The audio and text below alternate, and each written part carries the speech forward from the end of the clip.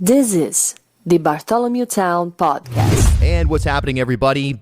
Hopefully you had a great weekend. Bill Bartholomew here with you for another edition of the Bartholomew Town Podcast.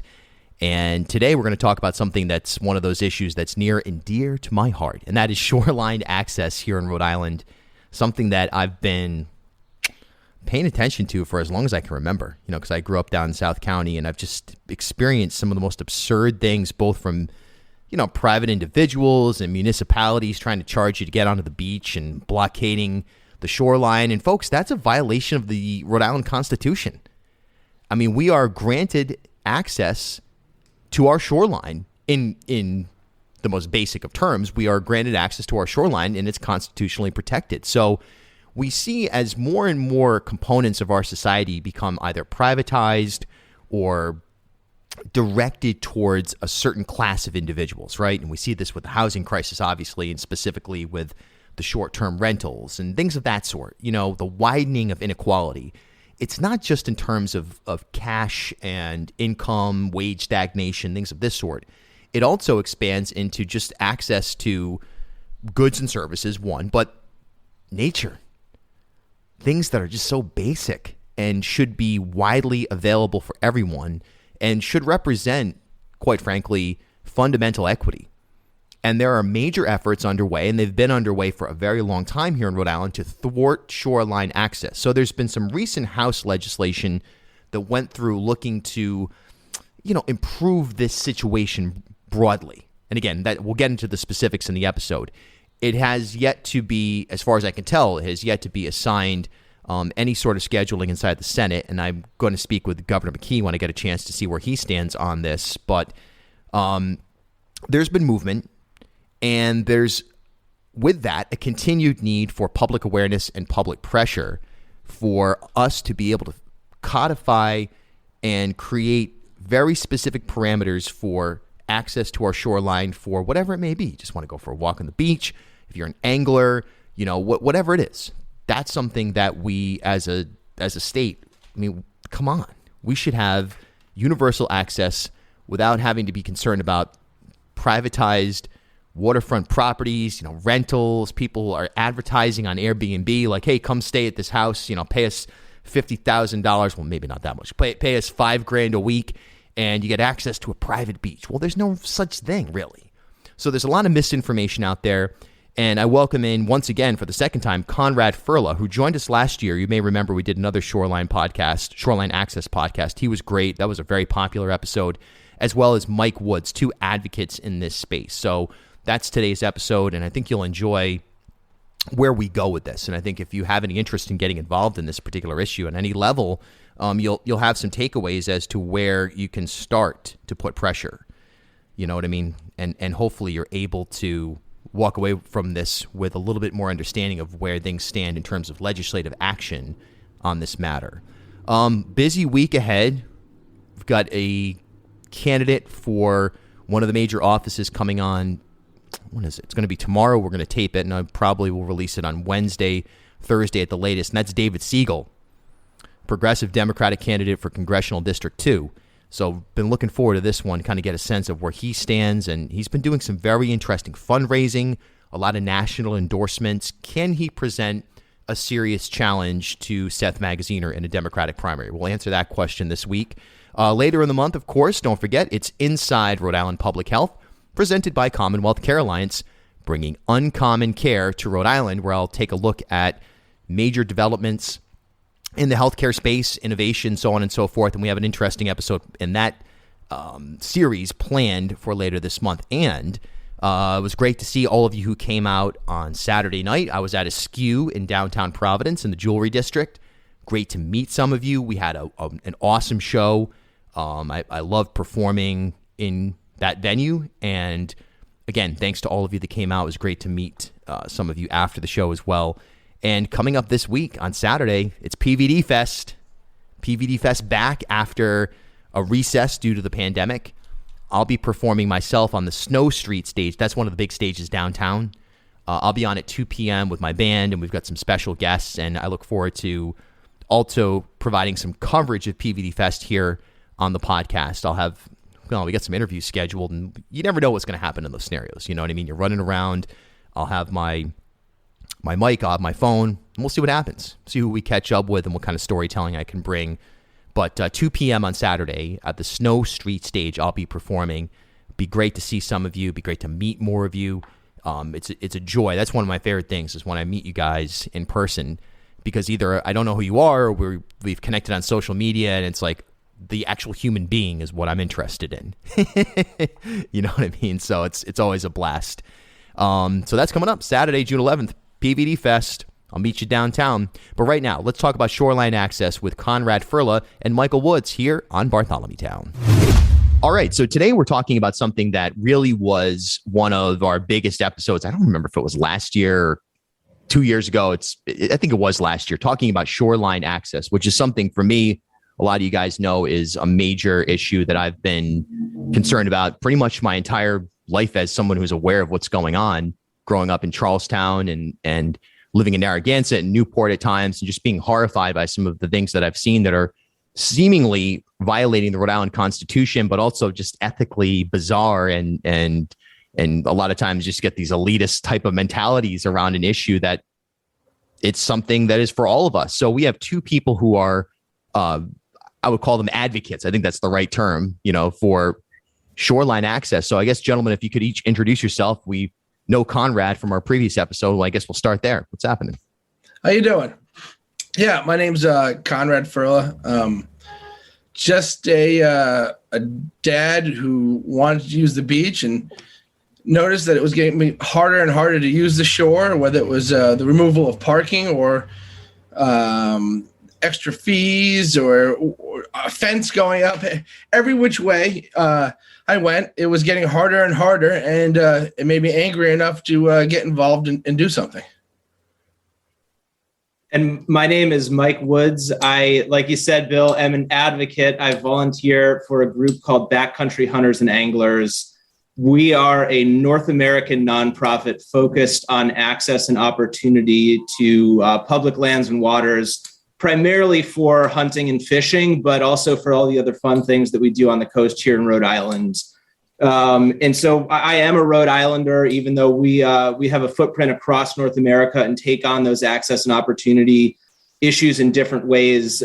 This issue related to Rhode Island shoreline, obviously, is a very important one for outdoors people, especially anglers here in Rhode Island that want to just go out to the shore and fish, which is a constitutional right for us. Yeah, it certainly is. And it's something that's been challenged in courts, and it's something that's been, resulted in people getting arrested and whatever it is. For me, I've always looked at it as like an illegal tariff. You try to walk onto Narragansett Town Beach and someone tries to hit you up for $10. I'm like, what's going on here? You know what I mean? That seems fundamentally flawed. But let's talk about the broad issue, and let's start with the recent House legislation, House Bill 8055, that passed pretty much unanimously inside the House.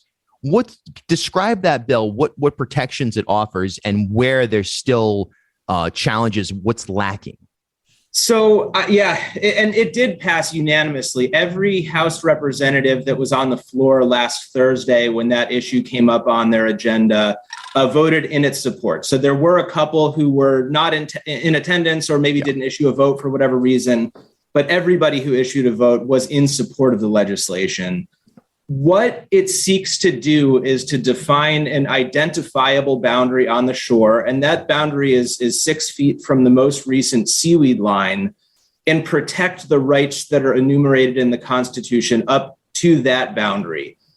And so notably, I also want to talk a little bit about what it doesn't do, right? Yeah. Because there is a judicial interpretation that set forth the title boundary, and title, I mean, in terms of a property title, not title in terms of the water coming in and out, but a title boundary between the public trust land and private property. And that occurs at the scientifically determined mean high tide line. What this bill does is protect the rights that people can practice, and those rights largely are limited to things outlined in the Constitution. It's not anything you can do. And if you were in the committee hearings or the recent study commission that focused on this issue, one of the things that opposers of the initiative brought up was that, you might have people throwing beer parties or bringing boom boxes, and those things, frankly, aren't protected by the Constitution. So what this does is protect the rights that are enumerated, things like fishing and collecting seaweed and leaving the shore to go swimming.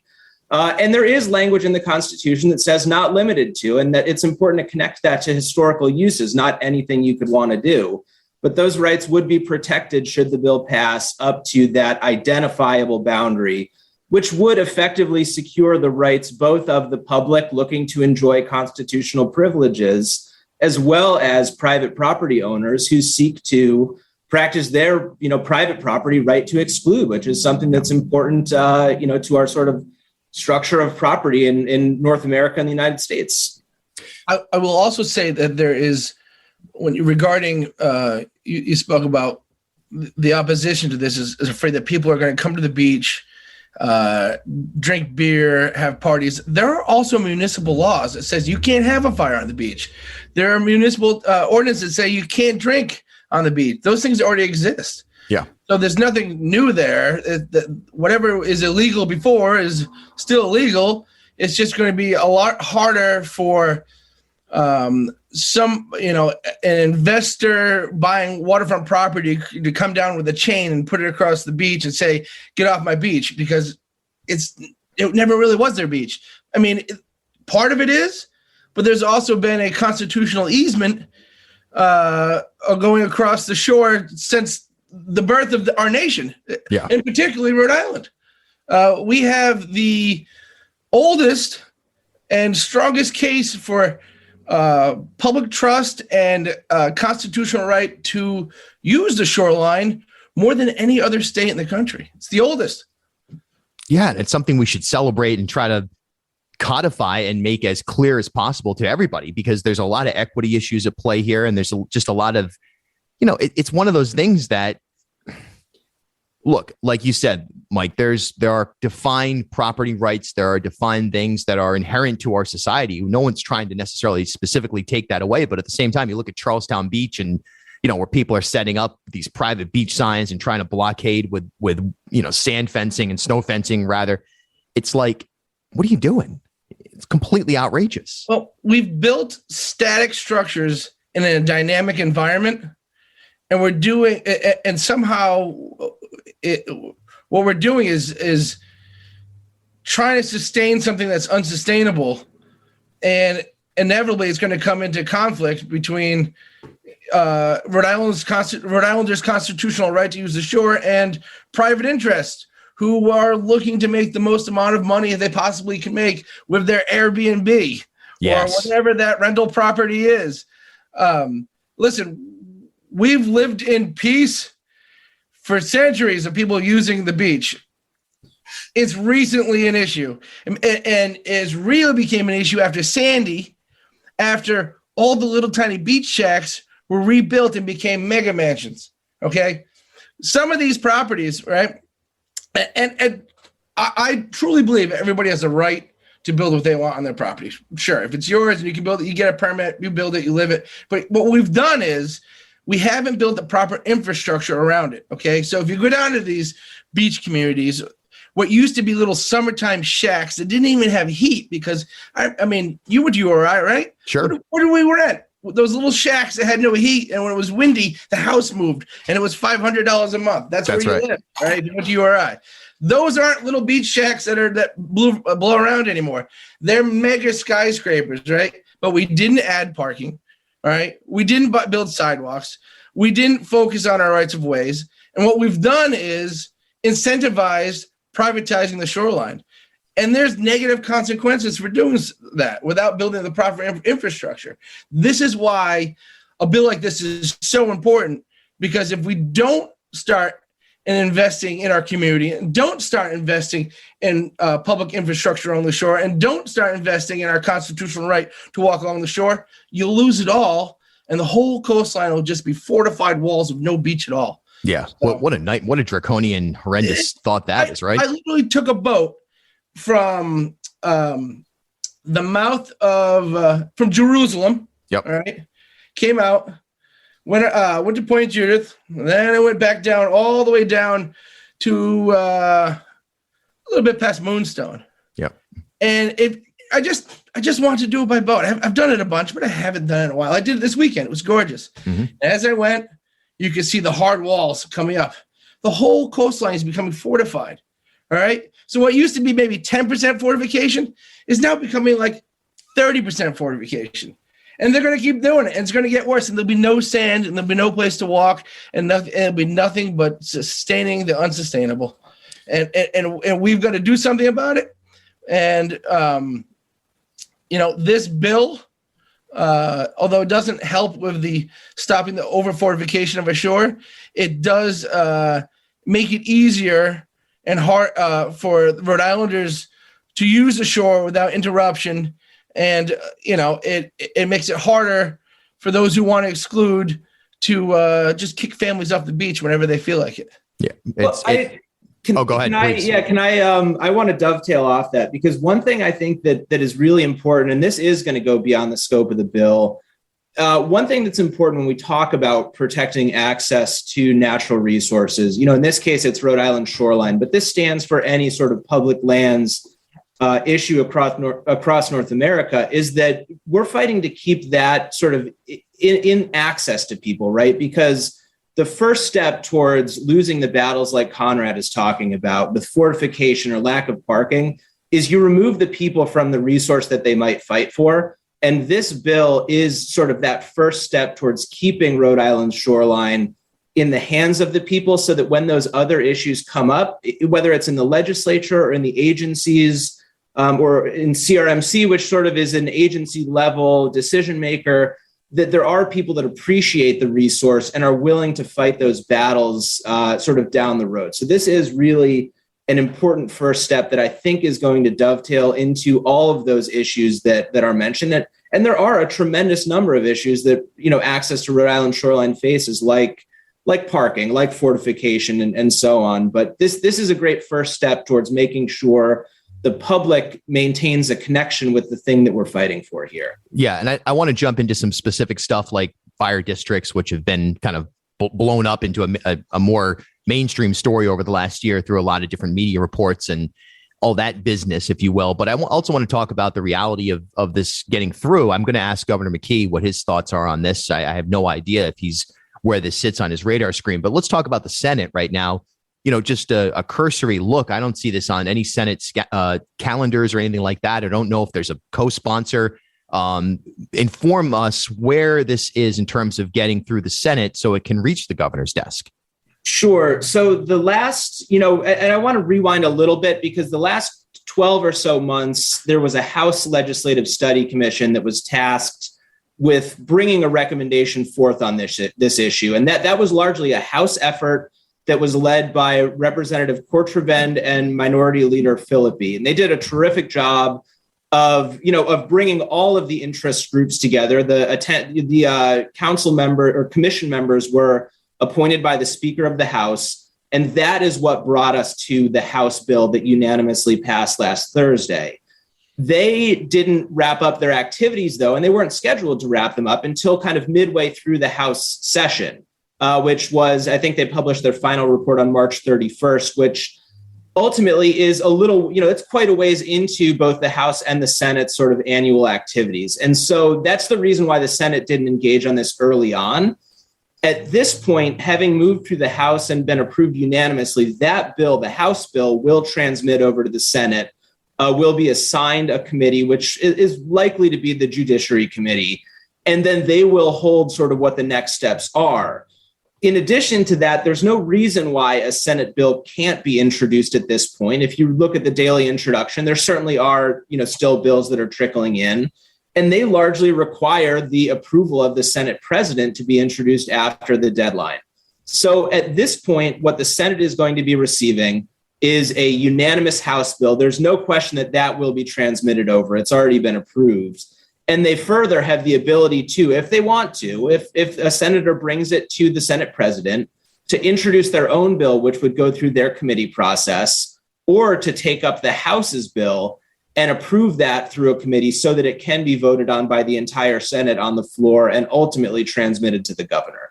So at this point, the Senate really holds the cards in a couple different respects. and they're the ones that are going to control whether this issue moves forward or not. And obviously, as an advocate and somebody that's worked on this issue quite a bit over the last couple of years, and I can say Conrad did as well, because he and I were members of the public that sat side by side in a lot of these commission meetings, making sure that the commissioners discussing this knew that the public was paying attention. We're going to be watching the Senate, and we're hoping that they take this up and at least put it to a vote so that we can learn where our senators stand. And, I'm confident that if it were to go to a vote, that it would receive a favorable outcome. But that is going to be the decision at this point, is whether they sort of hold it in the shadows and don't let it see the light of day, or whether they let the senators that we elect to represent our interests show us where they stand on this issue so that we can, take that moving forward. Yeah, we're here with Conrad Ferla and Mike Woods talking shoreline access, one of the major issues here in the state. There's no question about it. And I think it's something that, when people really reflect on why they live in Rhode Island, I would guess, I don't know, I'm guessing that probably 75% of the people would cite access to the shoreline and in one way, shape, or form in their top 5. And the privatization of that, it's like it rings of oligarchy as we think about this dystopian future where the walls are erected and beaches are privatized in a way that is, possible if we don't act. I guess let's pivot here a little bit and away from the bill specifically. And Conrad, let's talk about fire districts. These are weird. I work down in Watch Hill. These things are weird. They are really strange. So we have various fire districts across the state, and some of them actually have fire departments. Like there's fire districts in Foster and Coventry that aren't anything like these shoreline fire districts. So let's separate the two. There's functioning fire districts that actually fight fires and serve a purpose, and then there's these coastal fire districts, which are really like, I don't know, a cult or something really strange. I don't know. Yeah, eyes wide shut, beach party or whatever it is. From what I've seen, it's almost more like a homeowners association that doesn't pay taxes or that's operate exactly what it as is. A private entity. They seem to be a great way to move money around in various ways without a lot of transparency, even though there's supposed to be a lot of transparency. Yeah. They spend a lot of money blocking beaches. They spend a lot of time lobbying and with involvement with some dark money groups, which are kind of funny, that oppose shoreline access. So, there's some weird stuff going on in those fire districts. Down in Westerly, there's some weird stuff happening. I don't know if you've been watching the news in Bonnet. They were ballot stuffing in Bonnet. Now that the judge ruled you can't do that.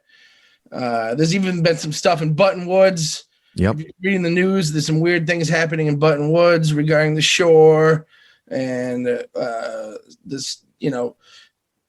basically trying to privatize anything that is lucrative. And then if there's something in the fire district that's a liability, they give that back to the town. Things like that. You know what I mean? Yeah, every little loophole you can find to do something that's happening in these fire districts, and they are actively spending money to limit shoreline access or to privatize the coast and make it harder for people to use the beach. But there's I think the Attorney General's already looking into it. I feel like there's already an investigation, but I wouldn't be surprised that one of these days we're going to learn out there's going to be a federal investigation or something. I don't know what it is, but it's in the fire district, and somebody will find it. There's something weird happening for sure. Yeah, it's really weird. Mike, if you could talk about who's lobbying against shoreline access in Rhode Island and why are they doing it? Yeah, so it's actually difficult to determine. What we do know is that there are, both local groups and sort of national groups. On the national side, a group called the Pacific Legal Foundation sort of stuck their nose into the issue by sending testimony into the committees. They may have sent testimony into the commission, and basically what they did was sort of put it out there that if this bill should move forward, they were going to bring forth a legal challenge that that more or less said, You violated the Fifth Amendment right to, you've taken my private property without just compensation, which is, that's a whole area, and it's a pretty deep area of property law that gets into eminent domain and the way that a public, a state or a municipality might take private lands. And then on the local front, there's a group that sort of dubbed themselves Starters is the acronym. I can't recall something about respectful traverse of the shoreline. There's nothing respectful about them. Yeah, they came up with this acronym that sounded, pretty good, and they more or less brought the same sort of threat that what the bill is going to do is take my private property. And just to sort of issue maybe a short rebuttal or give my thoughts on the threat or the allegation there, I think it's important that we look at the way on a North American basis that the public trust rights and then the public trust land boundaries between private and public property occur, because they're not always at the same place. There are a lot of examples of public trust rights that extend quite a ways up into private land and vice versa. In Massachusetts, for example, they recognize, and this goes back to a colonial issue where the public trust private property boundary occurs at the low tide line, quite a ways out into the water. But there are certain rights, fishing, fouling, and navigation, that are recognized on private property and protected.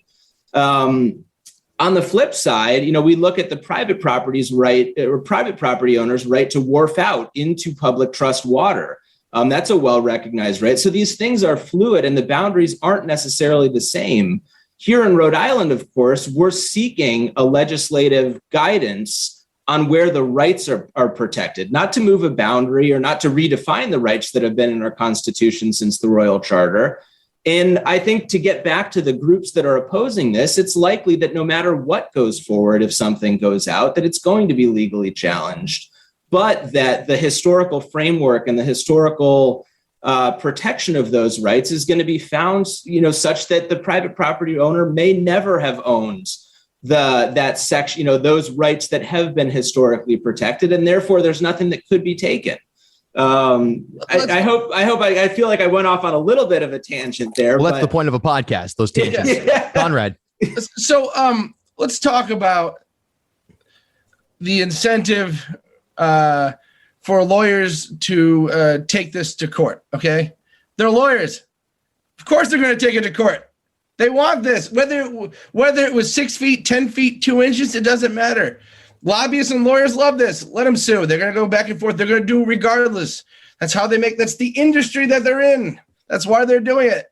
So, to not pass a bill or to ignore our constitutional right to the shore, or to not get involved on a town level because you're afraid somebody's going to sue, is ridiculous. The lawyer is always going to say they could sue. You could always sue. That's the way life is. I've been to enough state meetings and town meetings, and I've met enough shifty town solicitors who keep moving around the state, misinforming town councils, purposely misinforming town councils regarding shoreline access, and the excuse is always some kind of liability thing, or some excuse that somebody could potentially sue us. All right, those aren't actual rational excuses. Like so you have now chosen to not fix something in the state because out of a fear-based decision that somebody could sue or liability, when the Rhode Island already has a Rhode Island shoreline liability clause, right? That if you're using the shore in front of somebody's house and you hurt yourself, it's not their fault. Yeah, so it's already spelled out. It's already spelled out. It's already in there. So like, I don't know. My point was that on every level, whether it be town, unelected official, harbor management, town councils, Department of Public Works, there are shoreline access issues, or people that stop them or stop Rhode Island from fixing shoreline access on every level. And we really need to take a larger view of how we can fix Rhode Island for everybody in every town, on the municipal level, on the town level, on the state level. What is Rhode Island, or what is the ocean state without easy ocean access? So I guess my whole point of this is, besides the bill, besides the fire districts, get involved. If you love the beach, you love using Rhode Island Shoreline, get involved. Join your harbor management committee. Join your coastal access committee. Join your parking and recreation. Join on every level. We've found people with the incentive to privatize the shore and block people from using the beach on every level of our local government, from the town to the state. Get involved, fix it. Get out there. Wise words that can be applied in so many areas, but certainly in this, there's no question about it. Conrad Ferla, Mike Woods, we should do this again. There's like 25 more topics that are related to this issue. I think if you guys are up for it, let's regroup and do it again and as we move along here. Hey, you can support the Bartholomew Town podcast for as little as $3 per month. Just head to patreon.com/BartholomewTown or click the support link wherever you're listening right now. At HealthSource RI for Employers, we provide access to health insurance to more than 1,100 local businesses and nonprofits, and 96% of them renew through us every year. Maybe it's our choice of 19 different health plans, our 10 years of customizing solutions, or our one local team of dedicated experts helping employers find quality health insurance. See how our numbers stack up for you. Learn more at healthsourceri.com/employers.